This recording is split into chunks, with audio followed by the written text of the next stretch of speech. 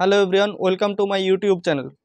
আজকে আমরা আলোচনা করব ক্লাস 7-এর lesson 1 the book of nature, প্রকৃতির বই by Jawaharlal Nehru.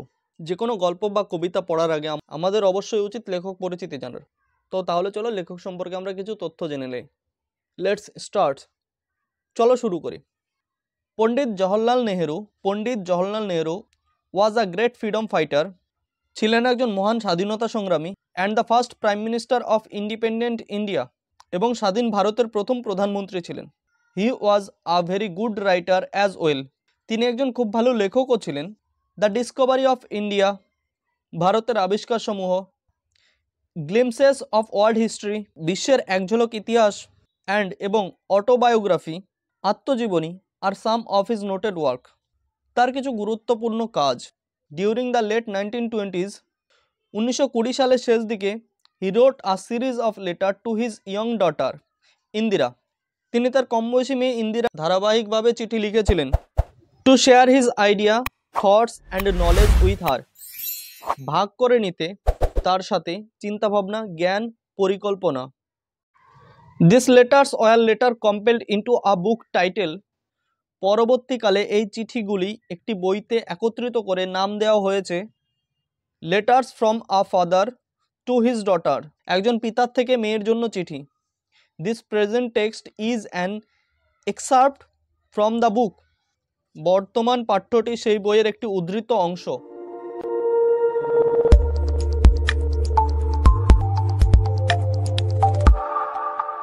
Let's read, চলো পড়ি। ইউনিট 1।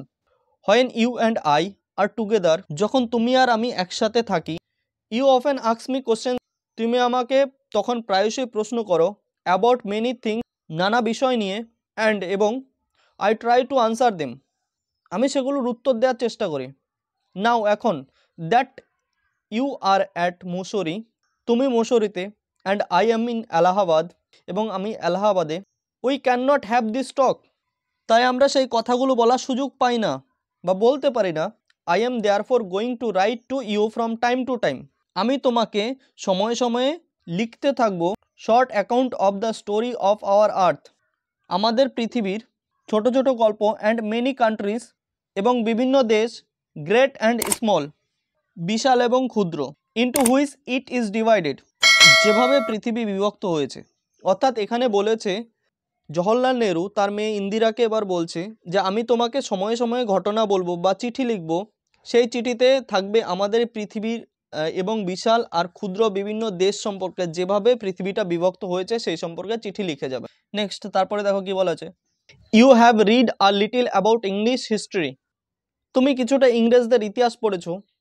অ্যান্ড ইন্ডিয়ান হিস্ট্রি, এবং ভারতীয় ইতিহাস। বাট, কিন্তু England is only a little island, England একটা ছোট দ্বীপ। এবং ইন্ডিয়া, ভারত, দো আ বিগ কান্ট্রি, যদিও একটা বড় দেশ। Is only a small part of the earths surface, তাও সে পৃথিবী পৃষ্ঠের একটা ক্ষুদ্র অংশ। বলেছে ইংল্যান্ড শুধুমাত্র একটা দ্বীপ। দ্বীপ কাকে বলে আমরা অবশ্যই জানি, যার চারপাশে জল থাকে, মাঝখানে ভূমি, সেটাই হলো দ্বীপ।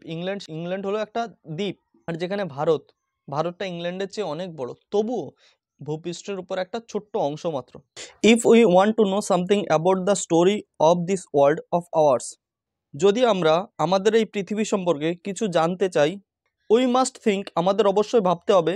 অফ অল দ্য কান্ট্রিজ, সমস্ত বা সব দেশগুলোর কথা।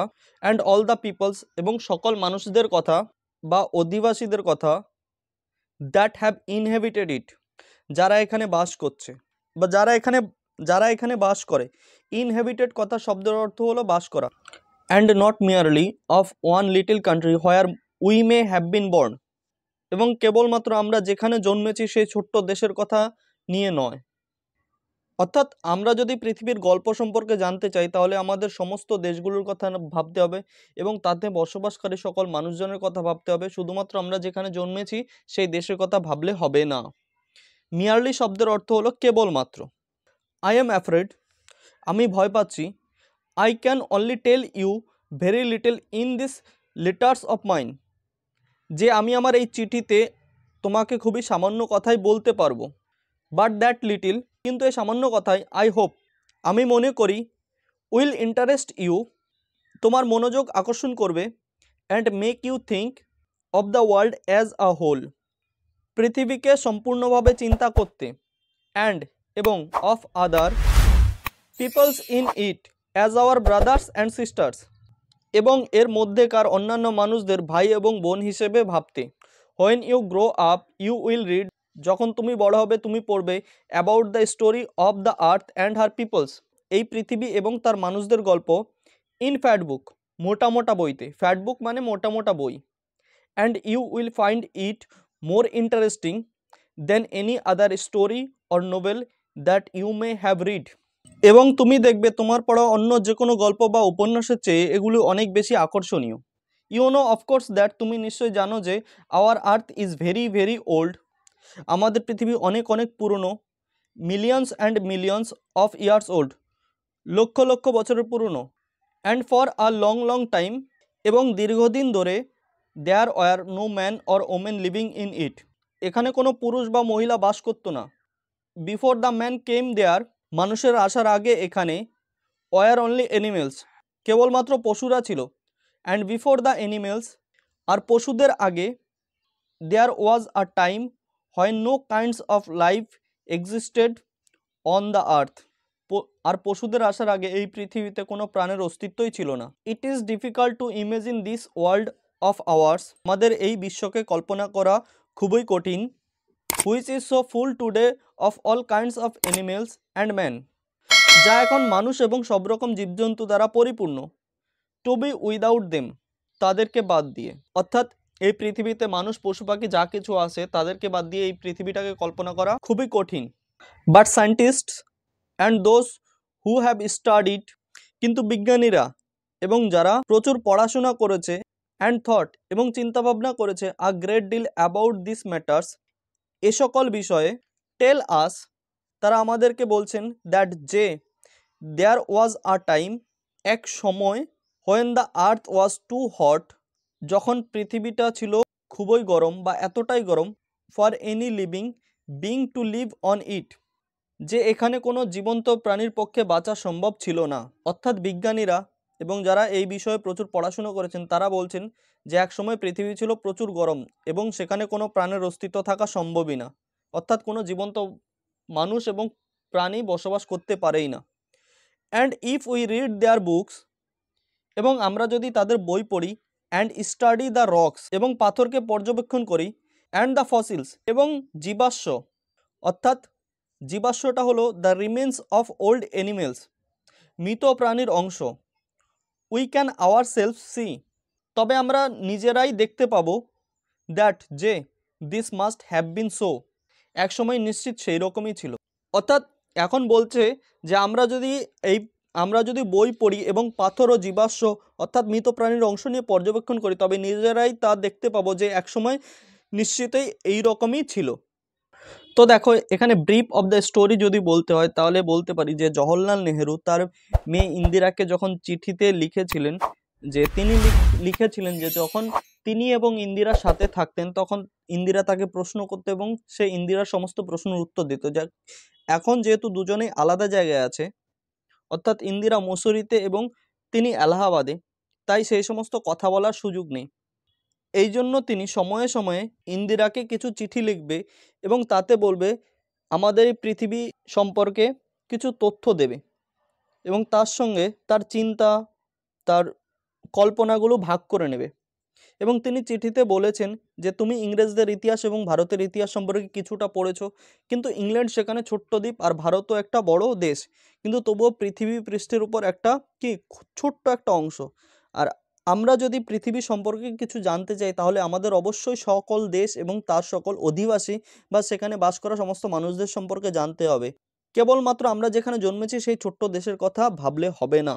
এবং তিনি এটাও বলছেন যে তিনি ভয় পাচ্ছেন যে এই চিঠিতে তিনি খুবই সামান্য জ্ঞান বা সামান্য কথাই বলতে পারবে, কিন্তু তিনি আবার এটাও আশা করেন যে এই সামান্য কথাটুকুই ইন্দিরার মধ্যে মনোযোগ আকর্ষণ করবে এবং পৃথিবীকে সম্পূর্ণভাবে চিন্তা করতে এবং তার মধ্যেকার অন্যান্য মানুষদের ভাই ও বোন হিসেবে ভাবতে সাহায্য করবে। তিনি বলছেন যে তুমি যখন বড় হবে তখন তুমি এই পৃথিবীর এবং তার মানুষদের গল্প মোটা মোটা বইতে পড়বে এবং তুমি দেখবে তোমাদের পড়া যে গল্প বা উপন্যাসের চেয়ে এগুলি অনেক বেশি আকর্ষণীয়। এবং তিনি এই পৃথিবী সম্পর্কে বলেন যে তুমি নিশ্চয়ই জানো যে আমাদের এই পৃথিবী অনেক পুরনো, লক্ষ লক্ষ বছরের পুরনো, এবং দীর্ঘদিন ধরে এখানে কোনো পুরুষ মহিলা বাস করতো না। মানুষ আসার আগে এখানে কেবলমাত্র পশুরা ছিল, আর তাদের আগে কোনো প্রাণের অস্তিত্বই ছিল না। আর এটাও বলেন যে মানুষ জীবজন্তু ছাড়া আমাদের এই পৃথিবীকে কল্পনা করাও কতটা কঠিন। তিনি এই চিঠিতে বলেন যে বিজ্ঞানীরা এবং যারা এই বিষয়ে প্রচুর পড়াশোনা ও চিন্তা ভাবনা করেছেন তারা আমাদের বলেছেন যে একসময় পৃথিবী এত বেশি গরম ছিল যে সেখানে কোনো জীবন্ত প্রাণীর পক্ষে বাঁচা সম্ভব ছিল না।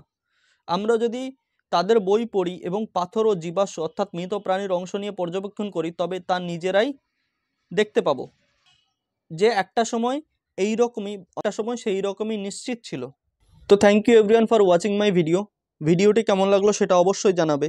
আর ভিডিওটি ভালো লাগলে লাইক করবে, কমেন্ট করবে এবং বন্ধুদের কাছে শেয়ার করবে। তাছাড়া আজকে যারা আমার এই চ্যানেলে প্রথম এসেছো তারা অবশ্যই চ্যানেলটিকে সাবস্ক্রাইব করবে, এবং যারা আগের থেকে করেছো তাদের সকলকে অসংখ্য ধন্যবাদ। দেখা হচ্ছে খুব শীঘ্রই তোমাদের সঙ্গে নেক্সট ভিডিওতে। ভালো থেকো সবাই, থ্যাংক ইউ।